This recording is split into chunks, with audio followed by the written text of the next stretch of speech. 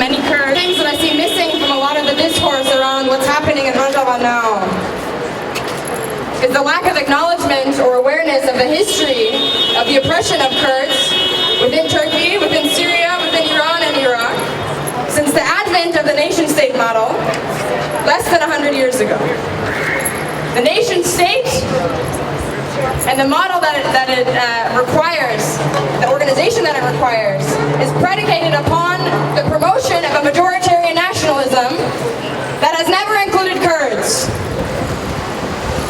In every single country where there is a significant Kurdish population, with the exception of Armenia, which has about 110, maybe 200,000 Kurds, there have been policies banning the speaking of Kurdish language, banning the teaching of Kurdish language, as far as making it illegal to wear Kurdish clothing. This we call cultural assimilation. And it's usually used when we talk about refugees resettling in Germany and how they won't assimilate and whatever. It happens within states to indigenous populations. It has been happening to Kurds for almost 100 years. Linguistic genocide, to the point where there are generations of Kurds who do not speak Kurdish. They were not afforded the right to learn their mother tongue. It was illegal. Until 1998 in the Turkish state, a single cassette tape of Kurdish folk music, not even revolutionary music, was 3 years in jail. So if you got pulled over and you had 5 cassette tapes of music, 15 years in prison. Halil gave a great example of even just speaking Kurdish in Turkey, even though it is not illegal in the same way that it was before, will get you attacked by a mob, Turkish nationalists, who will hospitalize you. This endangers the future of the Kurdish people and their culture, our culture. So the ongoing cultural genocide, attempts at ethnic cleansing, most recently Hasan Cave, my heart, in Bakur in Kurdistan of Turkey, northern Kurdistan. 1,000-year-old villages that have been inhabited by Kurds since God knows when, flooded because Erdogan decided to remove a dam and relocate, 6,000 people, 3,000 people? We talk about ethnic cleansing and settler colonialism within particular narratives and particular discourses. It is not one that is afforded to the Kurdish struggle, and it should be. In Syria in the 70s, you have a project called the Hevrin Khalaf, which relocated, which expelled Kurdish farmers from northern Syria and relocated them elsewhere. A lot of them left without passports, without national ID cards, without national ID numbers. A stateless people living in their own country, in their own land, and replaced them with Arab farmers. The same has happened in Kurdistan of Iraq, where entire Kurdish neighborhoods are expelled and replaced with Arab populations. This is settling populations. This is, colonialism is perhaps not the best term within the context, but this is ethnic settling of a non-indigenous population into land that is not theirs, predicated upon the expulsion of the indigenous people to that land, who are the Kurds.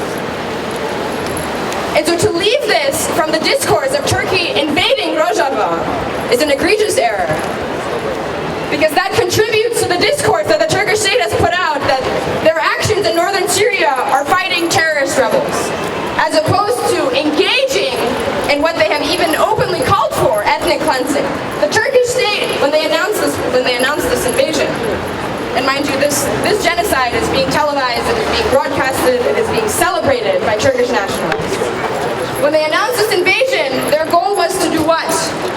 Their goal was to rid their border of terrorist rebels, meaning the PYD, and to relocate the 3.6 million Syrian refugees that they have taken in. Mind you, they accepted a very hefty sum from the EU to resettle these refugees, and place them all in northern Syria, engaging in a huge act of ethnic cleansing, and returning Syrian refugees who fled the Assad regime to within Assad's borders.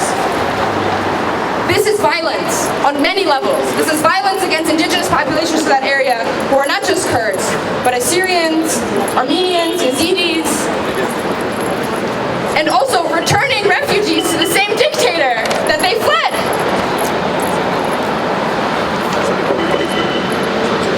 At this point, and it's hard, leftist circles and argue with tankies on Twitter all day. It's exhausting. If someone wants to take my phone from me, please do. It's hard because we are watching a genocide happen and we are helpless. You can literally watch it from your phone. Hevrin Khalaf, a Kurdish politician, a young woman with a very wonderful, beautiful vision for the future of Syria and the future of Kurds, was executed at the side of the road by Rojava 2 days ago. Her car was pulled over, so that this is one of the many Islamist groups that are being supported by Turkey. They're Islamist groups that have splintered off from Jabhat al-Nusra, from Ahrar al-Sham, from Al-Qaeda, from Daesh, ISIS. And they are doing Erdogan's dirty work alongside with his own soldiers. There's something like 25 different militias that are working alongside Erdogan, that are supported. They're called the TFSA, the Turkish-backed FSA. And they have been, and particularly I've been watching these videos and they are brutal and awful to watch. They have been pulling cars off the side of the M4, this highway, making everyone get out of the car, and then lining them up and executing them. And filming it. There's literally a video where this militant, he calls to his friend, he says, film me while I shoot them. And then there's a video of it. And it is absolutely terrifying to watch. Some of them are YPG and YPJ or SDF forces. A lot of them are civilians. And it is absolutely heartbreaking to watch from here, because at the same time, in Kamishli, you have hospitals being bombed, and medics being targeted, and ambulances not being allowed anywhere they need to go. And in Serekaniye, God, my heart, you have the city center being bombed, civilians being attacked, journalists, the center where journalists gather being bombed.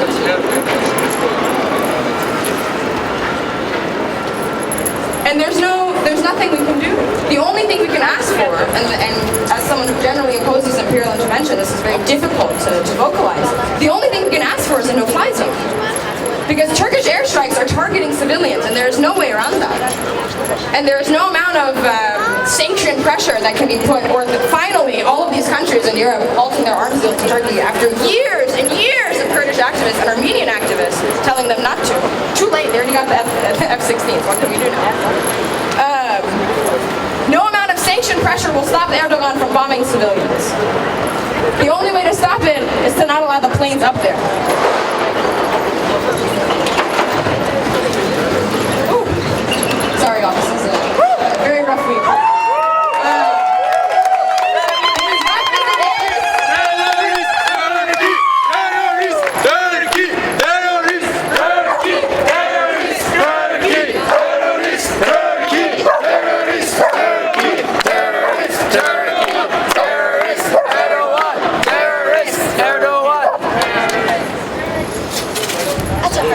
There's so little, and this is hard for me as a diaspora Kurd to watch my people be slaughtered from my phone. But I know that the amount of pain and suffering I am feeling, rather existentially, is nothing compared to the children of Rojava. And the children of the Rojava revolution, whose ideas will never die, who are facing attacks every day, facing shellings every day. So far, their conservative estimates have 100,000 people have been displaced, just around Serekaniye and Tel Abyad. More accurate estimates, because that was from 2 days ago, put the amount of people fleeing Turkish airstrikes at about 200,000 people who have nowhere to go. The few things that we can do here are rally like this, show our support and our solidarity. There's been a beautiful outpouring of support for Rojava, for the revolution, for the Kurds, and the violence that they have faced historically and face to this day across the world. We're talking Athens, Madrid, Berlin, Paris had 2,000 people protesting yesterday. Atlanta right now, everywhere. Of all places, Bloomington, Indiana. I was so surprised. Spent a summer there. Did not expect Kurdish support. One, show our solidarity. Let them know that we stand with them. It helps boost morale. 2, there are lists that can be circulated of companies and organizations that have either stock that is owned by Turkey or that have bases in Turkey itself that can be boycotted. And there is going to be a call for an academic boycott of Turkey as well. Andre can talk more about that forthcoming. We also can try and put pressure, liberal pressure, on different U.S. politicians to act in the interest of stopping genocide in its tracks. And this begs the question, if you had a chance, and this is the question I've been posing to a lot of Tankies, if you had the chance to stop a genocide, but required you to collaborate with your enemy, would you do it? Would your conscience be clean if you decided to stick to your convictions from your armchair in your suburban home and allow genocide to happen? Because this is ethnic cleansing. When this young Kurdish politician was executed, Turkish media reported on the execution as a successful neutralization operation. That is sickening. That is absolutely sickening. They are celebrating the execution, cold-blooded execution of a young Kurdish woman. This is a war crime. There's no way around this. This is absolutely a war crime. So thank you all for coming out and showing your support. It should not end here. There's more that we can do. We need to stay strong.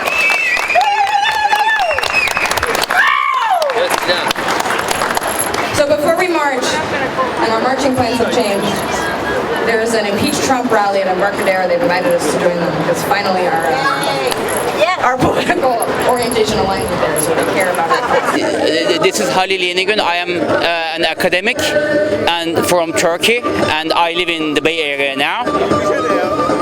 And today we are witnessing, of course, for the American part, you could say betrayal of the Kurds who have lost their lives against ISIS and for certain interests of the Western powers in the region.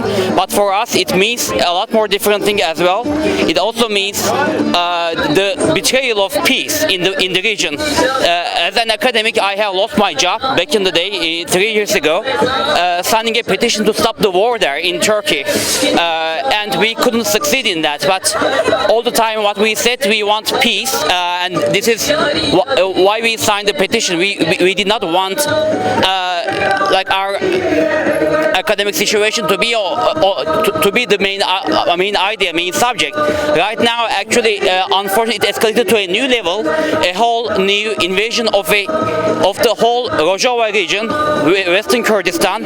Last year we had it also in Afrin, and we also warned a lot of people as anti-war activists in Turkey. This is a signal of what is coming up next, and we could not build the solidarity at the time against the fascist Turkish state. Right now, it is all clear to everybody who is in alliance with who, which leaders are allies of which leaders, and Kurds are still alone in that region and fighting for their self-determination, their rights and freedoms, and this has been going on forever. Now, as a person, a Turkish person from Turkey, so we have a responsibility. I feel myself, of course, responsible for all what's going on. First Armenian genocide 100 years ago, and then like Greek genocide, and now we have the last indigenous people on our land, and we want to share that land peacefully. We don't want to fight wars, and we don't want to send any of our kids, Turkish or Kurdish, to the war zone. And this is not a war that has been going on for centuries between Turks and Kurds, as it is portrayed by certain people. But this is an imperialist war where a leader, a political leader, who wants to perpetuate his waning power by just waging a war, mobilizing the whole Turkish constituency behind him, and also committing another war crime by displacing, ethnically cleansing a region and displacing the Kurds, who are the indigenous people there, and also settling another displaced people, the Syrian refugees in Turkey, into this war zone, and this is also a violation of international conventions, a very clear violation, and it is war crime, and they have been committing war crimes from day one. What happened? You were an academic in Turkey. Weren't there thousands of academics who were fired and municipal workers, others? Actually, exactly for the same reason as we are facing now. What we wanted is the cessation of violence against the Kurdish citizens of Turkey, who were the residents of the southeastern Turkey, the Turkish Kurdistan, and what we wanted that time was to put an end to that and to have peace again between Turks and Kurds and all the peoples in Turkey. And you signed a petition, and that's... Yes, we signed a petition, and we always said I lost my job because of that, but we... What was your job at? I was an academic. I was an assistant professor at a small university in Istanbul. Yeah, and right now I am an exile over here, but it was for the exact same reason. What we wanted is the end of violence, end of war against Kurdistan. It was that time Turkish Kurdistan. Right now it is Syrian Kurdistan, Western Kurdistan, Rojava, and we always said this is not about academic freedom of certain people, like saying some marginal views, but it is about a clear demand for peace. And that time we could not prevent that in Turkey, and we have been trying to build a coalition to build peace in the region between Turks and Kurds and Arabs and other peoples of the region. But what is going on is certain leaders, both regional and global leaders, trying to sow discord among all the peoples in the region. And what is the role of the United States in all of this? Did the United States oppose the purging of the universities, of yourself and others? The United States in this war, of course, had a complicated trajectory about that, and people over here, because of the US support for the Kurds for a while, they thought Kurds were basically in line with the imperialist agenda, but they were not. Actually, the US basically wanted to use them for their own purposes for that time being, and we all know from the very beginning Kurdish interests were intrinsically anti-imperialist because they are already encircled by all the three regional powers, which have been engaged in slow genocide against them for the last century or so. The ethnic cleansing that's gone on in Turkey, how long has that gone on by the Erdogan government? By Erdogan, previous governments? Actually, this has been a long trajectory for the Kurds in Turkey. This, I would call it a slow genocide. It is because, it started at first with the Armenian genocide, and at that time, Kurds were unfortunately also, involved in that process. However, after the Greek genocide, after Turkey was basically 100% Muslim, they then turned against the last remaining indigenous people of that Anatolia. Indigenous Turkish nationalism. I mean, trying to attack minorities. It has been actually the norm. It has been the pattern from the very beginning, and that's why, as a Turkish-speaking person from Turkey, as ethnically a Turkish person, I said, and we all say now, among a portion of us, as anti-war activists, as peace academics, as peace activists in Turkey, we all say we don't want to be part of that. We don't want to be part of complicity in this third major crime against the indigenous people in Turkey. This is the last remaining indigenous people in Turkey, and so we just have the Turkish part of that. But what Turkey is doing now is basically extending its arm against the indigenous people that are in the Syrian on Syrian land, the part of Kurdistan in Syria. Well, wasn't Erdogan's plan to rebuild the Ottoman Empire, to take over many countries with the vacuum of the United States? He might have that dream, and of course Erdogan's constituency share that dream a lot, and he's also selling that that way, but also framing to the international world as this is not a war, this is an operation against terrorism, and he's using the exact same war on terrorism discourse. As you can see, also Erdogan's supporters, also in the Middle East, among the Arab countries, also among some other countries, also in Europe and the US, you can see a lot of Erdogan supporters that he has been investing in them to build a lobby over here among certain Erdogan supporters, and they repeat the same thing. And what is sad is the same people like who have been victimized by the war against terrorism discourse, who have been labeled as terrorists just because they are Muslim. Now like you can see some of them just replicating that same discourse of terrorism against now this time the Kurdish people, and they are calling YPG is just exactly the same thing as PKK, and they are terrorists, and that's why this war against terrorism, and that is the most despicable thing. And the other thing as well, so Turkish the Kurdish population in Turkey and elsewhere, of course it is their indigenous land, and what Erdogan is now aiming at is to displace maybe millions of Kurds from their indigenous homeland and placing Arabs there in between them, like as an Arab belt, so that there would be a buffer zone between Kurds in Turkey and Kurds in Syria. And this is war crime. This is what we call, this is going against all the international norms and conventions. And the Syrian refugees in Turkey, they just became a trouble for him now, because his constituency, which is nationalist, they don't want them. They don't want, and they have been turning the Syrian refugees' lives into hell now, like for the last several years. And Erdogan wants to put together his constituency back, and then the only way for him look like this is the only way for him. He is going to get rid of these refugees, and he's going to place them, and that's how he's going to create a buffer zone. And this whole thing is in itself a war crime. And wasn't Erdogan involved in colluding with the ISIS forces to attack the left, the bombings in Turkey against activist ISIS, and his scandal that they were... Exactly. Actually, the board has not done enough in order to reveal. We have all the information with us. You didn't like that being exposed? There's a lot of leaks about that, but Turkish government is basically getting away with that, as always, because they are using the refugee card again and again against the European powers, against the West, and they are buying that, and they are appeasing that. And we are in the moment of this guilty man moment, like the Second World War situation, where they went in line. Remember, like the Berlin Olympics, 1936, they were saluting basically Hitler at the time. I don't see European powers, any different in terms of their records in the last few years.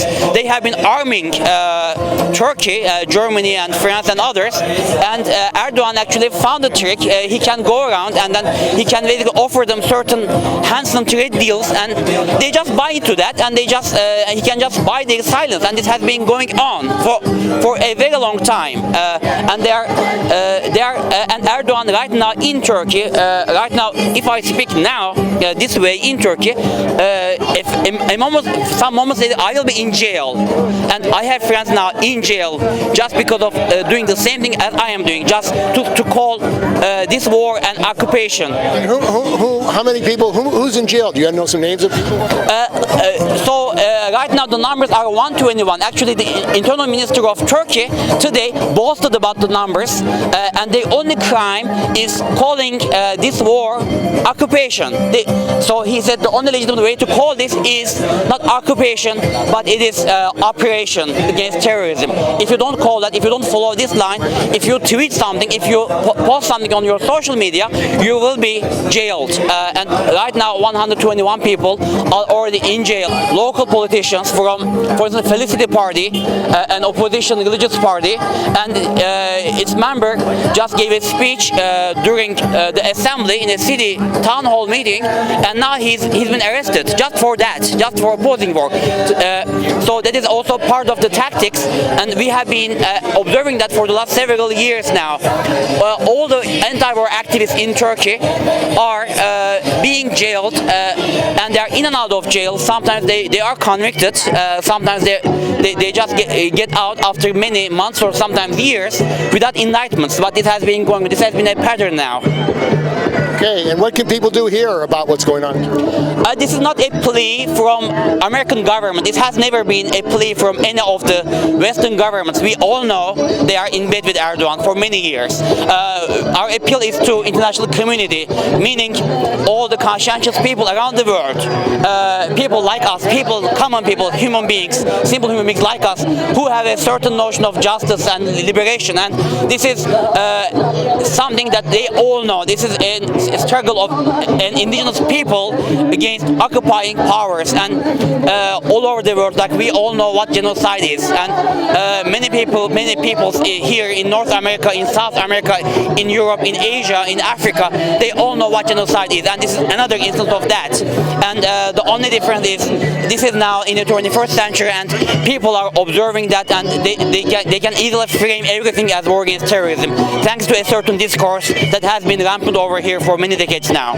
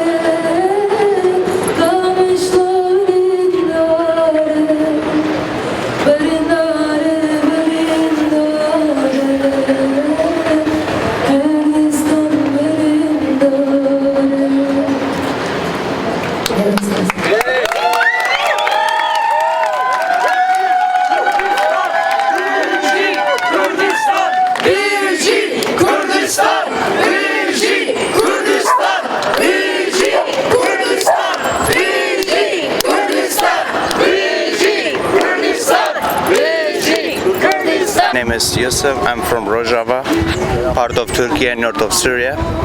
So we just want to protest today about what happened in Syria, because Turkish army, Turkish airlines, they all bomb our homeland.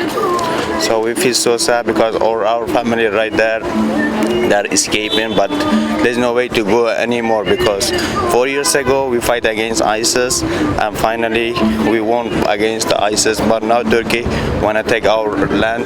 Turkish government, they bomb the keys, they bomb all over civilians. Our heart is very broke. There is nothing to do. We feel so sad because our family need help. There is no food, there's no electric, no gas, nothing. So this ethnic cleansing, is there that ethnic cleansing going on now? it is ethnic cleanse. It is ethnic cleanse. So they said on the news, because news is always fake. They say we are try to fight against ISIS, but there is no ISIS. There is Kurdish people over there. We've been fighting for ISIS about 5 years, but Trump, he just run away. I don't know what they do under the table. They do agreement or something. They run away. They leave us alone. And now Turkish army, they just fight with nothing, just own self, just their own guns. So we just try to protest over here. Maybe somebody can hear our voice. Maybe somebody can help us, stand us together.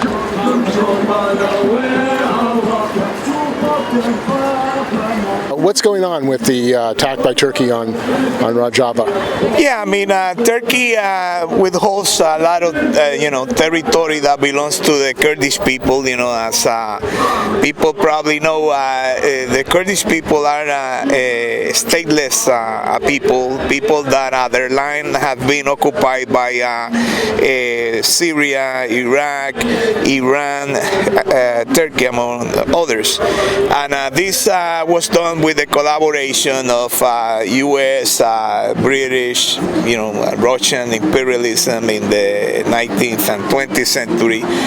So, during all this war in Syria provoked by the United States and its allies, the Kurdish people are being hostage by all these, factions and imperialist interests.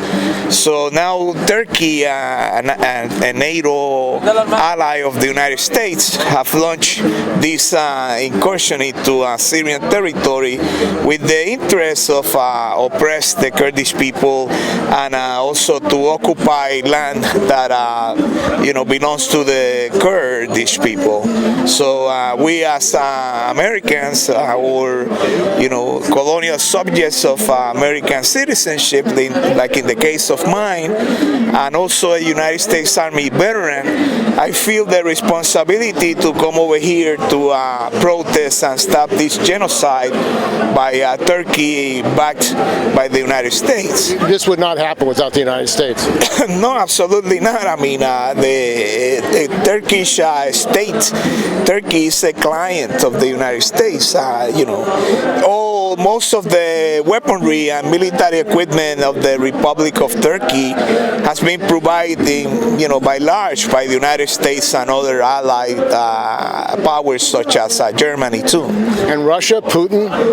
Well, yes, they do have their interests in the region.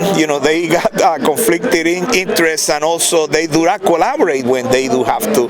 And definitely everybody, in that region that occupies Kurdish territory has a perverse reactionary interest to oppress the Kurdish people, including Russia, which makes pacts with the United States. Russia is a capitalist country. It's not a progressive state. It's not a socialist state. It's not a worker state anymore. The reason why we are here today, there are two. First one is to oppose what is now happening in northern Syria and the dissenting cleansing. The reason why Turkey is invading northern Syria has absolutely nothing to do with securing Syria and the Turkish borders. It has absolutely nothing to do with Turkish security. It has nothing to do with the fight against ISIS. It has everything to do with the idea that the Kurds need to be ethnically cleansed. This is something that goes way back in Turkish history. Every modern government in the history of Turkey tried, with some success, to squash rebellions, occupy Kurdish lands and towns, and do everything that they can to prevent Kurds obtaining any kind of autonomy within Turkey and outside of Turkey. What happened last month is almost unprecedented.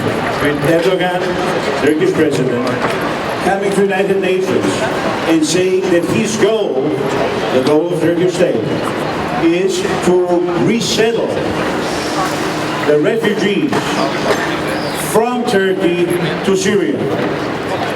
These 3.6 million people, according to the report of Turkish Interior Ministry, are not from northern Syria.